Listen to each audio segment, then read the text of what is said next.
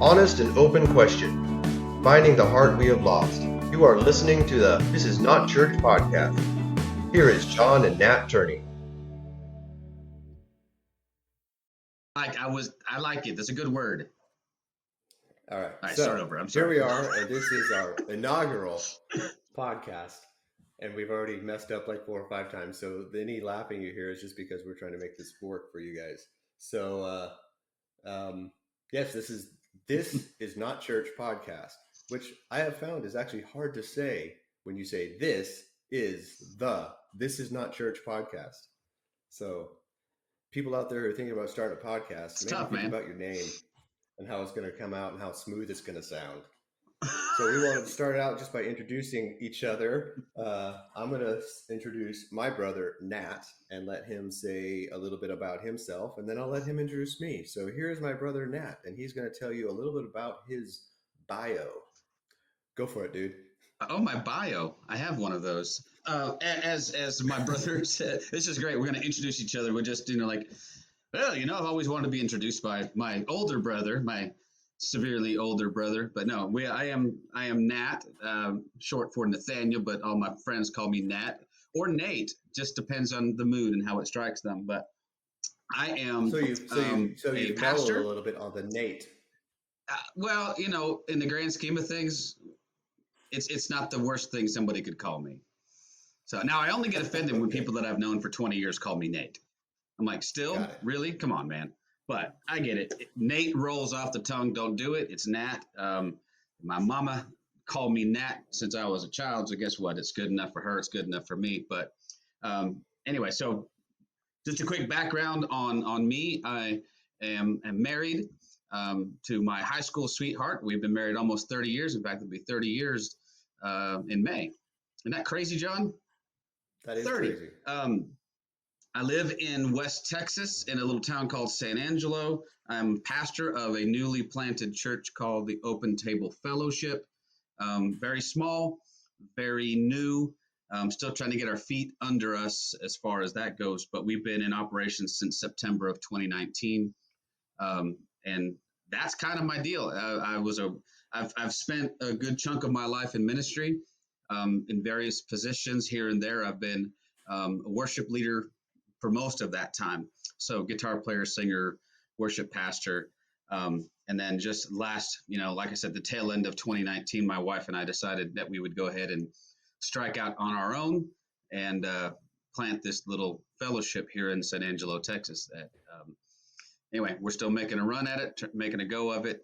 COVID kind of took our feet out from under us a little bit and has made things interesting, to say the least. But that's where we are. Our heart, as and I think John would agree with this, our heart is just for people. We just love people, want to see people set free from really the chains of religion and dogma and junk that's been foisted upon us by spiritually abusive leaders most of our lives. The distillation of the gospel into something other than pure gospel, into other things like politics and nationalism and consumerism and garbage. So just trying to reclaim, for what it's worth and whatever it means to everybody, a more pure approach to the gospel that's not just meeting inside the 4 walls, but meeting the needs of people outside of those walls as well. So that's me in a nutshell. John, this is my brother John. I introduced you. Thank you. So my journey to this place is slightly different than my brother's. We both were raised in the church. I think we can both say that we have no memory of not being in the church from the point of birth to, for my brother, like you said, from that point on. But for me, it was from that point to about the age of 18.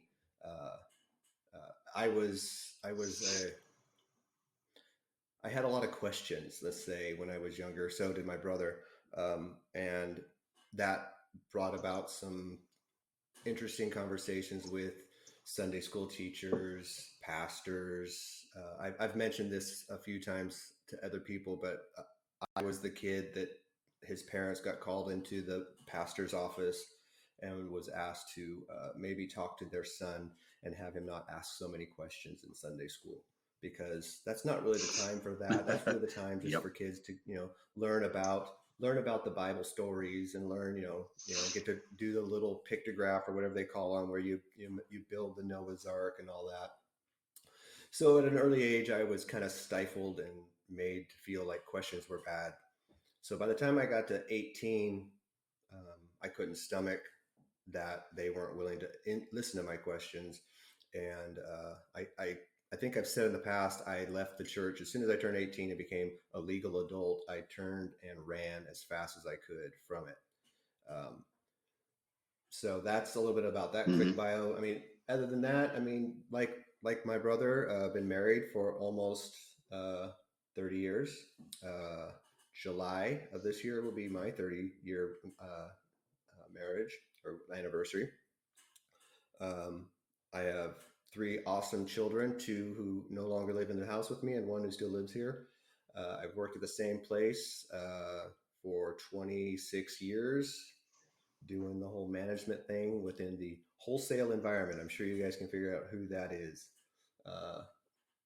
Wholesale sales, wholesale Sam's warehouse Club environment. Huh, I wonder what that is. Yeah. Oh, geez. Yeah, we'll leave that in. So I found myself back in the faith, I guess you could call it, about 5 years ago. First person I obviously reached out to was my brother, with lots of questions. I figured, okay, I'm going to ask questions this time. And one of the statements I think I made to my brother was, okay, I need to find a church now, right? And what was your answer, Nat? No. I said no, run. So I did. I spent about a year just kind of researching and reading and finding fellow like-minded people through the help of my brother, and got to find connections with some really interesting people online. Some of them we hopefully will be talking to in the near future on this podcast. I did step back into a church. First place I went to, I was fairly quickly brought onto the worship team as a bass player. It's kind of my background. Did that for a while. Was asked by a friend of mine to come and lead worship at his church, and I told him I would come and help. I wasn't planning on coming and doing it. After about 2 weeks of that, though, he invited me on as a permanent worship pastor of his church, which I took with the caveat that I could preach. And so I was brought on as a worship pastor / associate pastor. And I did that for about 2 years. But the issue was that, just like most places, when you work for somebody, you are a little stifled. There is a point where maybe your faiths don't diverge. They don't match anymore. And I thought at that point it was probably a smarter choice to back away before I created some issues with some of my heretical thinkings. So it's been about a year, I guess now. About a year ago, I stepped out of church completely with the idea that I was going to open my own. And this last year has shown me that that's not really where I want to go.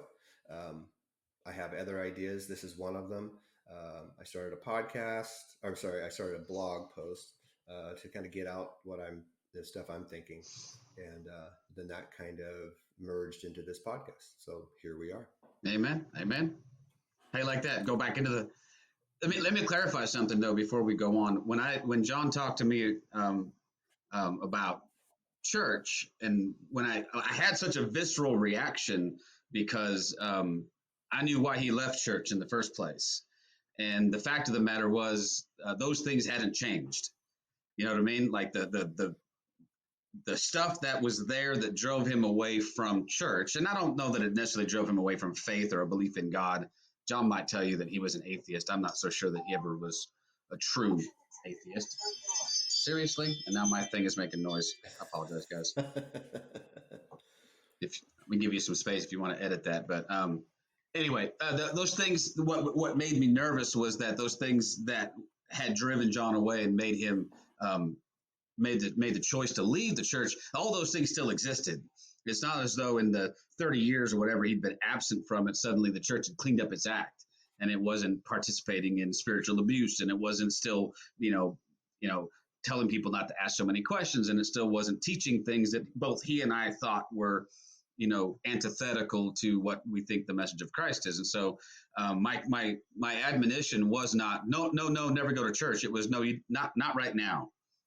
Like, spend some time with you, get to know some things, get a solid foundation of what you really think and what you really believe, so that when you do step back into church, you've got a good place to judge from and go, well, no, not this one. Like, I'm not going to fall back in line with this stuff. So is that a fair assessment, John?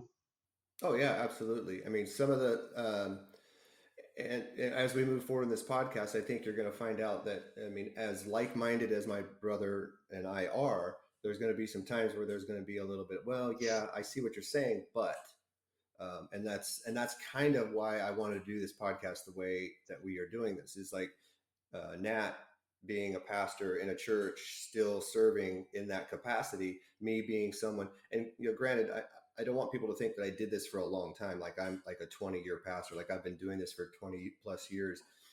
I did it for a couple of years. I mean, back in the day, my brother and I did some ministry as youth, youth ministry. But right. I don't want, I just want to clarify that I don't want people to think that I've been like delved into this for a long time, and I'm like now this jaded person who finally broke free from the church.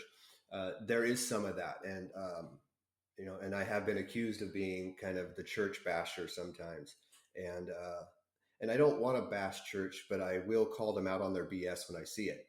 And I think what Nat is doing with his church is the exact way to do church.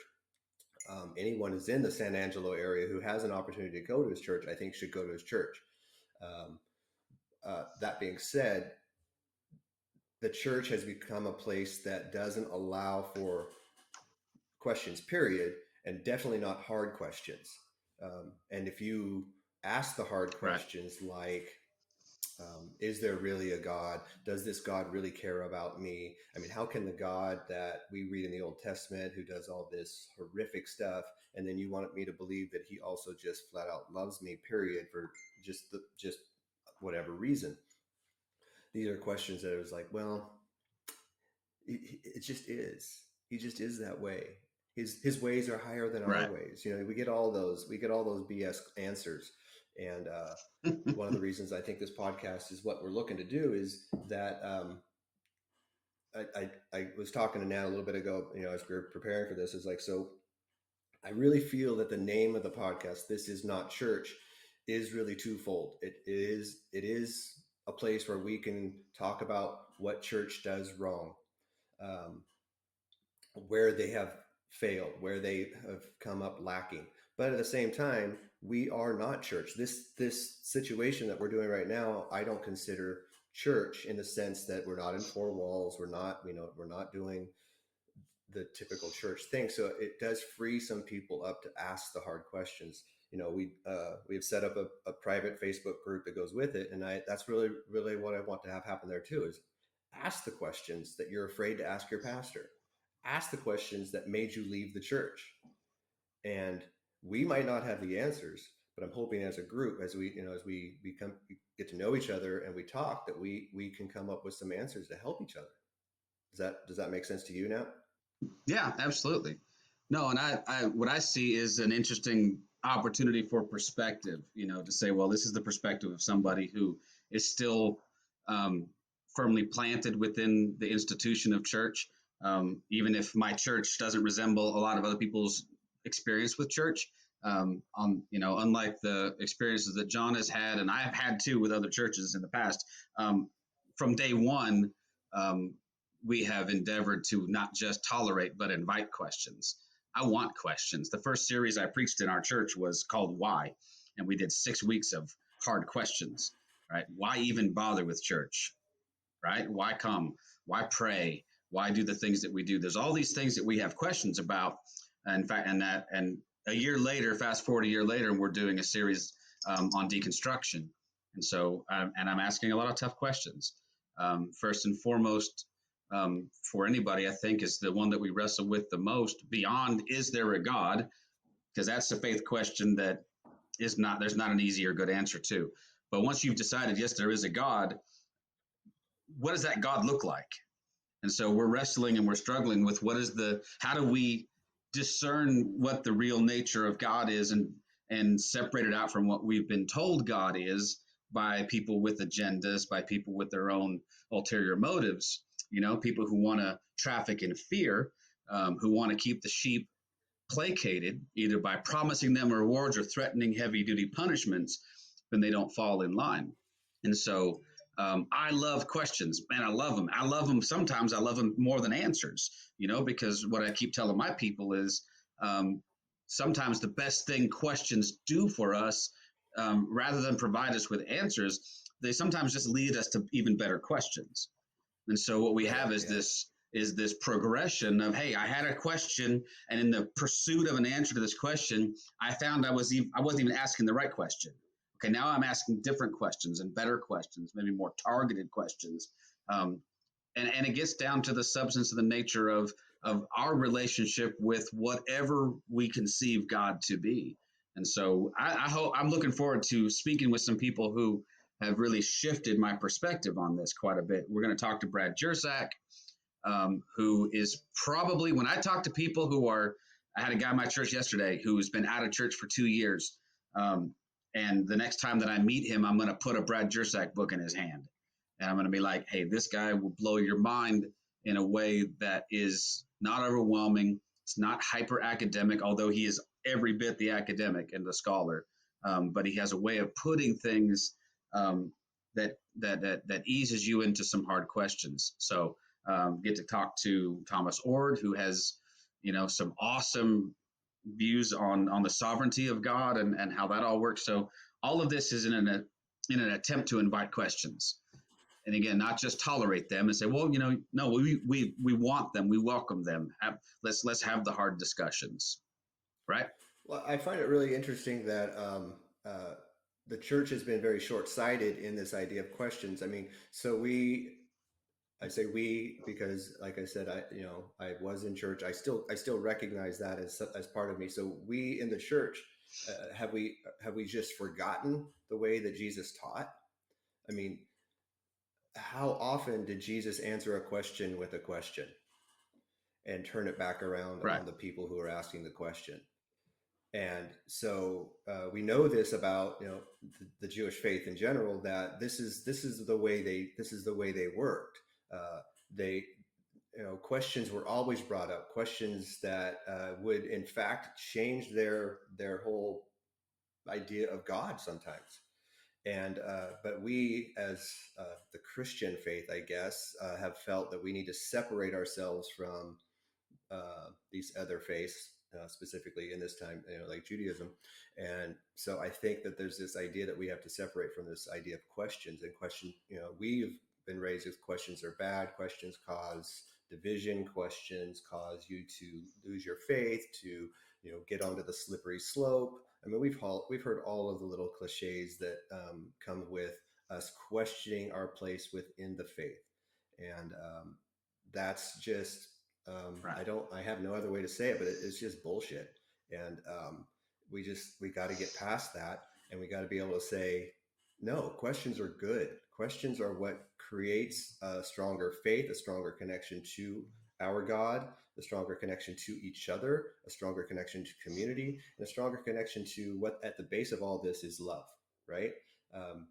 We are called to love one another, not the few that we feel fit into our mold or into our puzzle, but everybody. And that this all kind of meshes together into that, right? Right.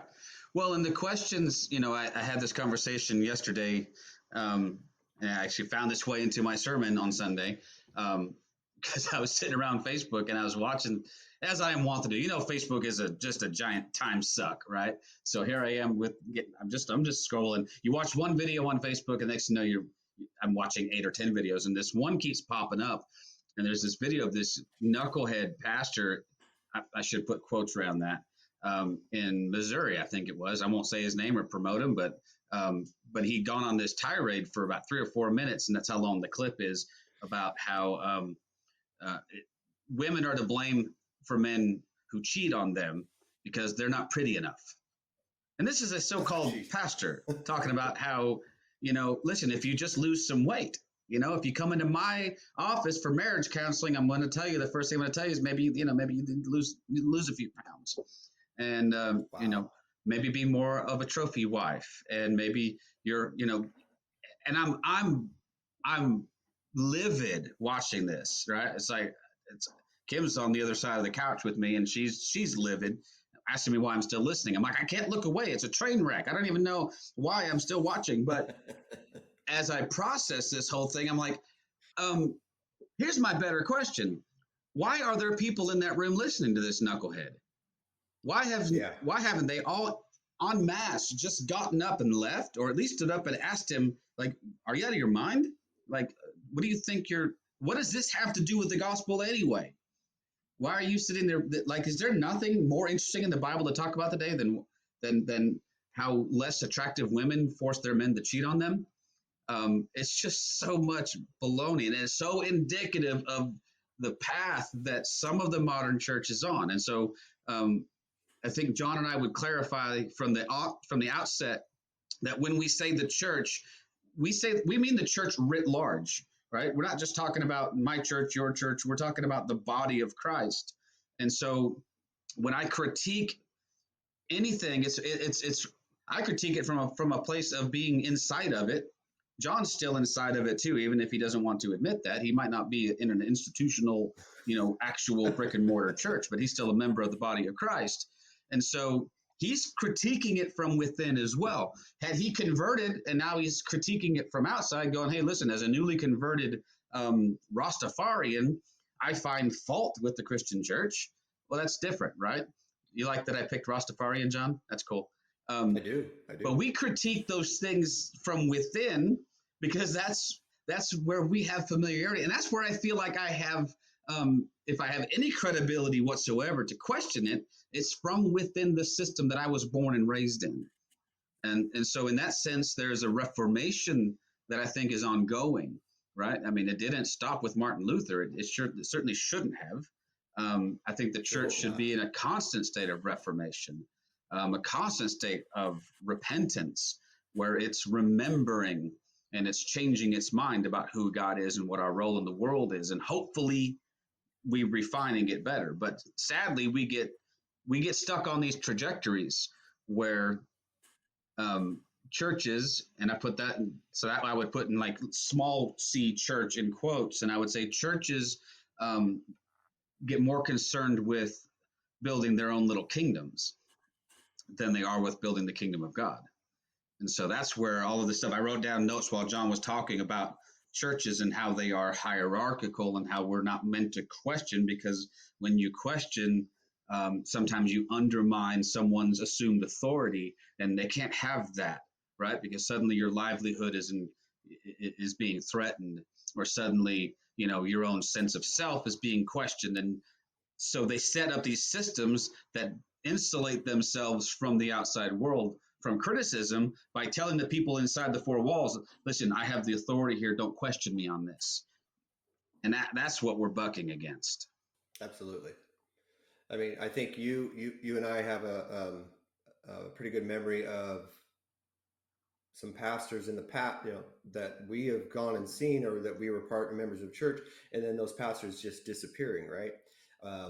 Because of some issue. And one of the issues that I came up with, some failure.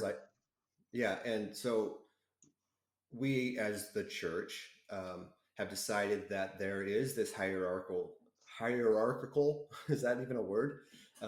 System, and at the top is the pastor, and the pastor can do no wrong.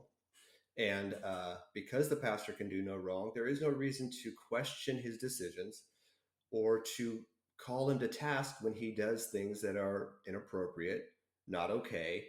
But here's the problem, and I've always thought this was an issue with it, is that then on the other side of it, the pastor then builds himself up as that, puts walls around himself, doesn't feel that he can talk to anybody when he or she is struggling. And then where do they go? Right. They can't go anywhere. They can't tell anybody that they have these issues, that they have a problem, that they have a mental illness. Just fill in the blank with whatever they potentially could have. And at the end of it all, they fall apart, they collapse, they get caught in some kind of uh, lack of a better word, saying like an infidelity, right? The situation, right? Where they had no one to talk to, because if they were to talk to someone and bring that up, they're just gone. They're just gone. We can't say, hey, let's have a conversation about this and find out what's going on and why, what are the issues in your life? And unfortunately, that then trickles down into the congregation. Congregation can't talk about any of that. I can't talk about if I have mental illness problems. I can't talk about if there's infidelity in my life. I can't talk about if I have a porn addiction. I can't talk about if I have a drug addiction. All those things have to be hidden. And like John Lynch has said, that we put that all behind a mask, right? And we all walk around saying, I'm fine, when we're not fine and we're falling apart. And that's the mask that we need to remove from church. We need to remove the mask that says it's okay. It's not okay. The mask says it's not okay to have these questions. Removing the mask says it is okay to have these questions and these concerns and these misgivings. Right. Well, and I would say this then, if the church is to survive, and that's a big if. I mean, there's no guarantee, right, that the church will survive. If it's going to survive, the only way that it survives is in the light. The only way it survives is when we foster an environment of transparency and honesty and openness with one another, and we get off of this train of trafficking in shame and guilt. And so suddenly, like John said, I've dealt with pastors my whole life, some of them close friends of mine, who, when they struggled with things that somehow, not they whatever line had been drawn in the sand in the church, these were beyond the pale things, right? I mean, you could have all kinds of sin in your life, but suddenly you have a sexual sin, and it's a whole nother thing, man. Right? It gets treated like a whole. You could have a drug addiction. We'll deal with the drug addiction. We'll deal with this over here. But God help you, if you had an issue on the other side of that. And so there was no impetus for change, because what do you have to gain? Everything to lose and nothing to gain by being honest and by being open and having even a close circle of friends that you could talk to and be transparent with. And John Lynch does a great job of that. We're going to have him on the podcast hopefully too, right?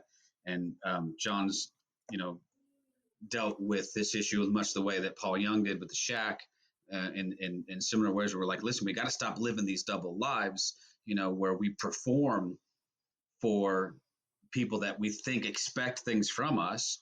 And then we go and then we live our lives over here normally. The performance thing will kill you.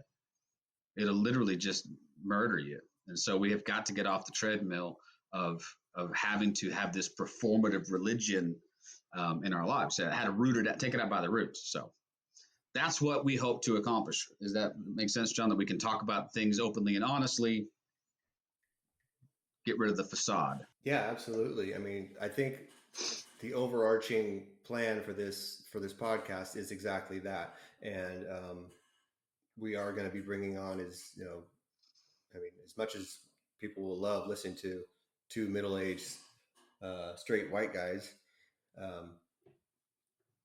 I do hope to have people, of all walks of life, in all in all positions, in all.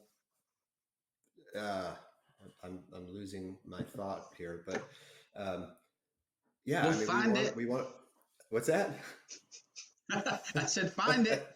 I'm looking, but it's sad but necessary that we are going to have to be intentional to reach out to people of color, to reach out to women, to reach out to people who don't really fit the mold of the church, right? I say it's sad because I would think at this point that this shouldn't be an issue, but unfortunately it is. So the church has done a piss poor job of reaching out to the marginalized, reaching out to the, like I said, people of color, to reaching out to women, accepting women in leadership roles, reaching out to the LGBTQ plus community, and offering them an olive branch and saying, hey, you know what? We're sorry for all the crap that we put you through, all the crap that we said about you. And I could go on and on about different communities that I believe the church has just absolutely failed. Yeah, and this isn't really the episode to get deep into that kind of stuff, but that's the kind of stuff that we're going to talk about, and it's going to be hard, and it's going to be tough, and we're going to have to reach out to the people who know this better than us, because when it comes to women in ministry, I have an outside perspective from me as a white male as what I think it felt like for them, but I don't know. I have no clue. When it comes to the LGBTQ community, again, I have an outside perspective of what the church did to them and how they feel about the church, but I can't in all honesty say that I understand it. So we have to reach out to these people, and we got to give them a voice. We got to give them the soapbox. We got to give them a chance to talk. And hopefully that's the direction that we're going to go. It's going to be tough. It's going to be hard. It's going to be some uncomfortable questions for us, hopefully. And I feel that that's important and necessary. I mean, I don't know what Nat thinks about it exactly. Some of the stuff is kind of dropping on him, but I think we're in agreement on most of this stuff. No, and again, I'm in. I think part of this that's going to be really cool is I don't think that Nat and I are always going to agree. I hope that comes across. Yes, we will. There's times where come on, that was a disagreement. That was funny. That was very funny. Maybe we'll disagree to agree. Anyway, you don't know.